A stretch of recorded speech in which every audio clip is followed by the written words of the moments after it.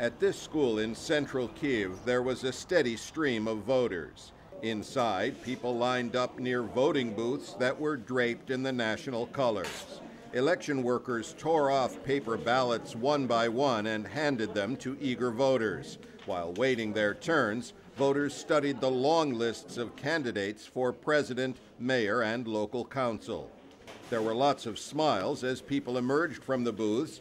Many said they'd voted often since the fall of communism nearly 25 years ago, but this time was special. Finally, we have voted. Thank God it happened. I hope it will be for the better. This is different.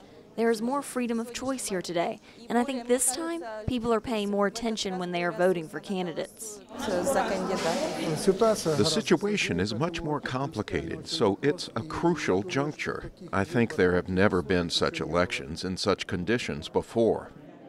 The ballot boxes slowly began to fill up as the election proceeded normally here in central Kyiv. But that was not true everywhere. Polling stations did not open in parts of eastern Ukraine, where monitors say Russian-backed separatists intimidated voters and election workers. Elsewhere in the east, polling stations were open, but turnout was low. The problem threatened to impact as much as 20% of the population, not counting Russian-occupied Crimea, where no vote was scheduled.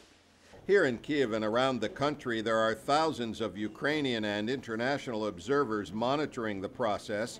Among them is U.S. Congressman Michael Burgess of Texas. He says even with a budget-cutting mood in Washington, he thinks Congress will approve aid for Ukraine. We recognize the people putting themselves at risk to vote today, and I think the people of the United States would be supportive. Polls indicate the front-runner is Petro Poroshenko, a former foreign minister, but he may not get enough votes to avoid a runoff. Whoever wins, Ukrainians are placing a lot of hope in this first election since large-scale protests and a parliamentary vote ousted the former president. I hope that these votes, they will bring us consolidation, they will bring us the needed economic new reforms that will make our country really European.